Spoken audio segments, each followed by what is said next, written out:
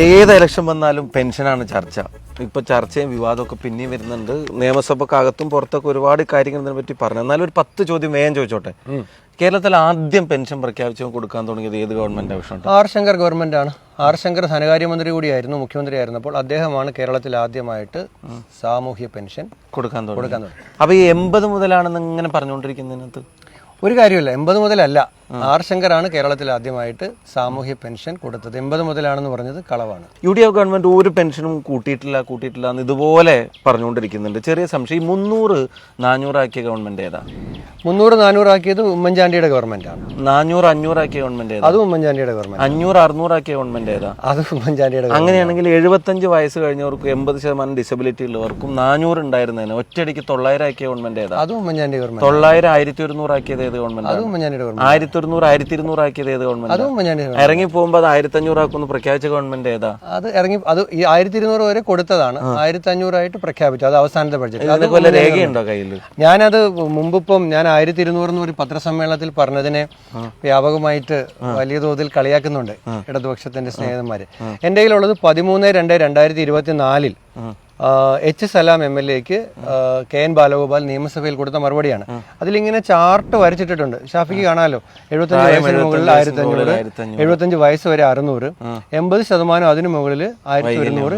ഇതിനകത്തെ പേരിൽ പറയുന്നുണ്ട് 80 വയസ്സിന് മുകളിൽ പ്രായമുള്ളവർക്ക് 1200. ഇങ്ങനെ ഓരോ ഘട്ടത്തിൽ പിന്നെ ഈ ഞാൻ നേരത്തെ പറഞ്ഞ പെൻഷനുകൾ വർദ്ധിപ്പിച്ചതിനെ കുറിച്ചുള്ള അദ്ദേഹത്തിന്റെ മറുപടിയാണിത്.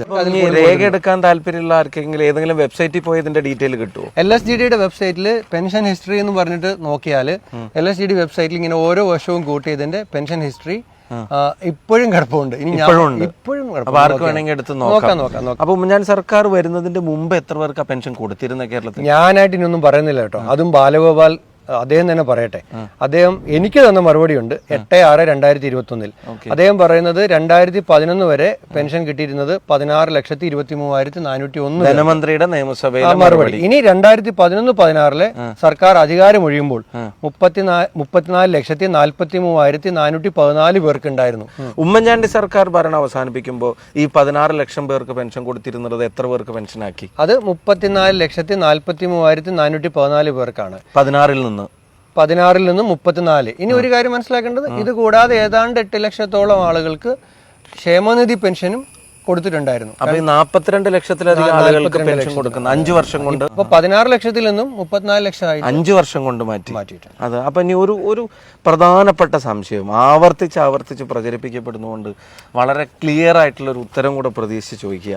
ഈ 18 മാസം കുടിശ്ശികയാക്കിയവരെ എന്ന് പറഞ്ഞ് ഇങ്ങനെ പ്രചരണം സോഷ്യൽ മീഡിയയിലും ചില ആളുകളൊക്കെ ചാനലിലും ഒക്കെ വന്നിട്ട് പറഞ്ഞുകൊണ്ടിരിക്കുന്നത്, അതിൻ്റെ യാഥാർത്ഥ്യം എന്താ? അതിൻ്റെ യാഥാർത്ഥ്യം ഇപ്പം ഈ പറഞ്ഞതുപോലെ നമ്മൾ പറയുന്നത് വിശ്വസിക്കേണ്ട, ഇവരാരെങ്കിലും പറഞ്ഞ മറുപടികളോ രേഖകളോ ഉണ്ടെങ്കിൽ അത് വെച്ചിട്ടൊന്ന് പറഞ്ഞു. അത് തോമസ് ഐസക്കിന്റെ തന്നെ നമ്മുടെ M. സ്വരാജിന് കൊടുത്ത മറുപടി ഉണ്ട് 26/4/2017. അന്നത്തെ അദ്ദേഹം പറയുന്നത് അതെ, അദ്ദേഹം തൃപ്പൂണിത്തുറ MLA ആയിരുന്നു.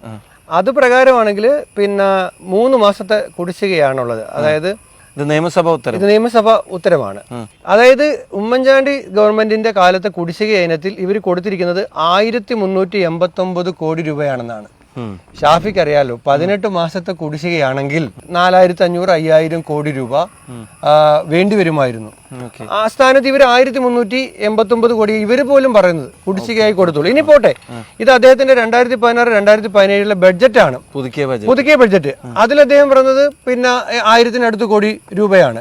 പിന്നെ KM മാണിക്കെതിരെ ഒരു ആരോപണം ഉണ്ടായ സമയത്ത് നിയമസഭ തല്ലിപ്പൊളിച്ച ഈ ആളുകള് 18 മാസം കുടിശ്ശിക ഉണ്ടായിട്ട് പോലും ഒരു അടിയന്തര പ്രമേയം പോലും അവതരിപ്പിച്ചില്ല എന്ന് പറഞ്ഞാൽ ആരെങ്കിലും വിശ്വസിക്കും? അത് തന്നെ വളരെ വ്യക്തമാണ്. 18 മാസം കേരളത്തിൽ പെൻഷൻ കുടിശ്ശിക ഉണ്ടായിരുന്നെങ്കിൽ നിയമസഭയിൽ എത്രയോ നിയമസഭാ സമ്മേളനങ്ങൾ ആ കാലയളവിൽ നടന്നിട്ടുണ്ടാവും. കുടിശ്ശികക്ക് കാരണം DBT സംവിധാനത്തിൽ ഗുണഭോക്താക്കളുടെ വിവരങ്ങൾ യഥാസമയം രേഖപ്പെടുത്താത്തതും തെറ്റായ രേഖപ്പെടുത്തലുകൾ, ബാങ്ക് അക്കൗണ്ടുകളുമായി ബന്ധപ്പെട്ട സാങ്കേതിക തടസ്സങ്ങൾ എന്നീ കാരണങ്ങൾ വിതരണം ചെയ്ത് ലഭിക്കാതെ പോയതും കുടിശ്ശികക്ക് കാരണമായിരുന്നുവെന്ന് ഈ 3 മാസത്തെ കുടിശ്ശികക്ക് അതും കൂടെ കാരണമായിരുന്നു അദ്ദേഹം തന്നെ പറയുന്നുണ്ട്. അപ്പൊ 18 മാസത്തെ കുടിശ്ശിക എന്ന ഈ വ്യാജ പ്രചരണം അത് പുതുപ്പള്ളിയിൽ ഉണ്ടായിരുന്നില്ല. അത് പുതുപ്പള്ളിയിലുണ്ടായിരുന്നു, പാലക്കാട് ഉണ്ടായിരുന്നു, തൃക്കാക്കരയിലുണ്ടായിരുന്നു, എല്ലാ ഇലക്ഷനും ഉണ്ടായിരുന്നു. ഇനി ഒരു കാര്യം കൂടെ ചോദിച്ചോട്ടെ, ഈ പെൻഷൻ കൊടുക്കാൻ വേണ്ടി സെസ് ഏർപ്പെടുത്തിയ ഗവൺമെന്റ് ഏതാ? ഇവരാണ് ഇപ്പോ ഡീസലിനും പെട്രോളിനും 2 രൂപ വെച്ച് വാങ്ങിക്കുക. അല്ലെങ്കിൽ തന്നെ സെഞ്ചുറി അടിച്ചതാണ് ഡീസലും പെട്രോളും. അതിനകത്ത് കേന്ദ്ര സർക്കാരിന്റെ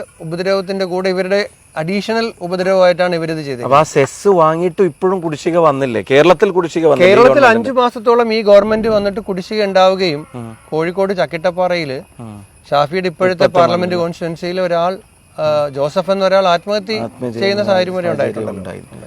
അപ്പൊ അതാണ് പെൻഷനെ പറ്റിയുള്ള യാഥാർത്ഥ്യങ്ങൾ. വാട്സപ്പ് യൂണിവേഴ്സിറ്റികൾ പ്രചരിപ്പിക്കുന്ന കാര്യങ്ങളല്ല യാഥാർത്ഥ്യങ്ങൾ. ഇത് രേഖകളാണ് സംസാരിക്കുന്നത്. നിങ്ങൾക്ക് പരിശോധിക്കാവുന്നതാണ്. തോമസ് ഐസക് കൊടുത്ത മറുപടി, പിന്നെ തോമസ് ഐസക് അദ്ദേഹത്തിന്റെ ബജറ്റ് സ്പീച്ച്, അതുപോലെ തന്നെ KN ബാലഗോപാൽ കൊടുത്ത മറുപടി, നിയമസഭയിലെ ഉത്തരങ്ങൾ, ഇതൊക്കെയാണ് സംസാരിക്കുന്നത്. ഇതാണ് യാഥാർത്ഥ്യം. സർക്കാർ ഉത്തരവുകൾ, വെബ്സൈറ്റിൽ നീട്ടുന്ന വിവരങ്ങൾ, അത് നിലമ്പൂരിലെ ജനങ്ങളും തിരിച്ചറിയും. ആര്യാടൻ ഷൗക്കത്ത് നിലമ്പൂരിന്റെ MLA ആയിരിക്കുമെന്ന കാര്യത്തിന് ഒരു സംശയവും വേണ്ട.